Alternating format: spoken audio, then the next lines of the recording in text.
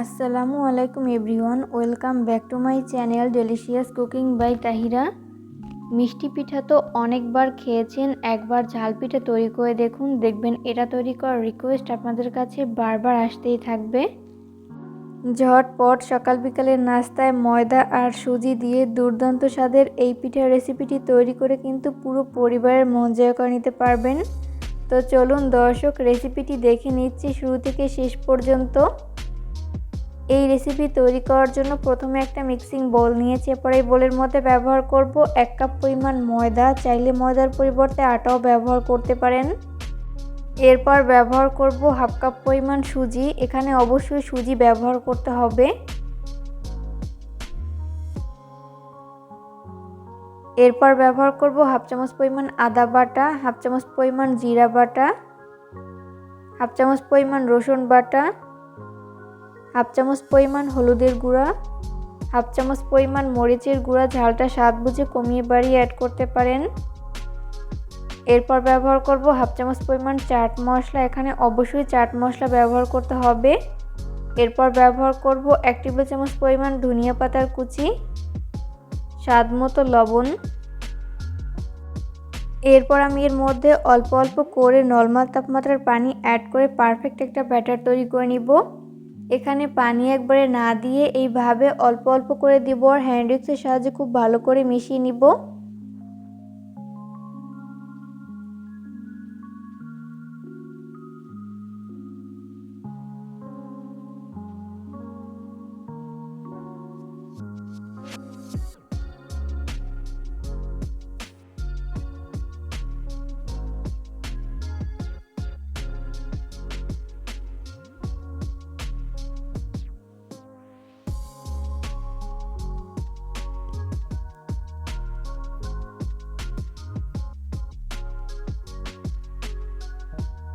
তো মেশাতে মেশাতে এরকম পারফেক্ট একটা ব্যাটার কিন্তু তৈরি করে নেওয়া হয়েছে। আর এই ব্যাটারটি তৈরি করতে আমার এখানে 2 কাপের মতো পানি লেগেছে, আপনাদের কম বা বেশি লাগতে পারে।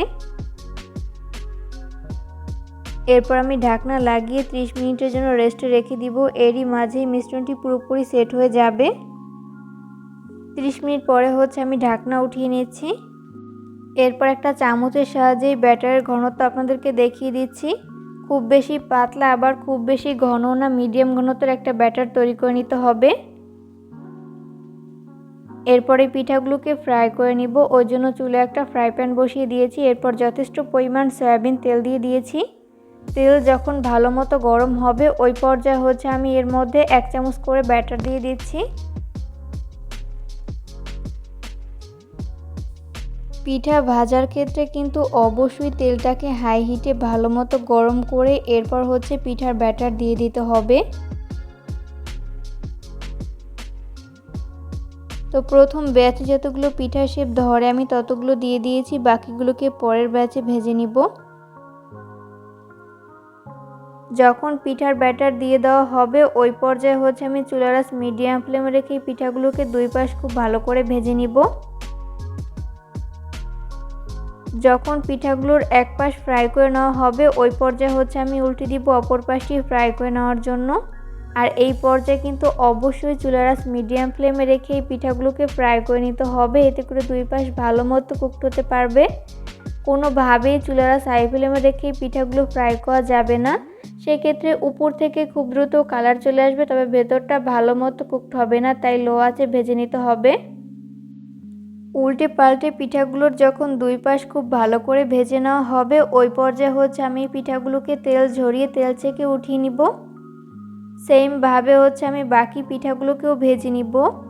তো এই পর্যায়ে আমার সবগুলো পিঠা ভেজে উঠিয়ে নেওয়া হয়েছে, আমি এগুলোকে একটা প্লেটে তুলে নিয়েছি। চেষ্টা করেছি রেসিপিটি সহজভাবে শেয়ার করতে, আশা করছি বরাবরের মতো আমার আজকের রেসিপিটিও আপনাদের কাছে সহজ এবং ভালো লেগেছে। রেসিপি ফলো করে অবশ্যই বাসায় ট্রাই করবেন, দেখবেন পরিবারের সবাই অনেক বেশি পছন্দ করবে আর অনেক মজা করে খাবে।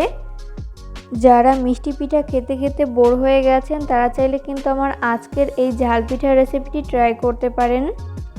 ভিডিও ভালো লাগলে অবশ্যই ফ্রেন্ডস অ্যান্ড ফ্যামিলিদের মাঝে শেয়ার করবেন। পরবর্তী ভিডিও দেখার আমন্ত্রণ জানিয়ে আজকের মতো এখানেই বিদায় নিচ্ছি।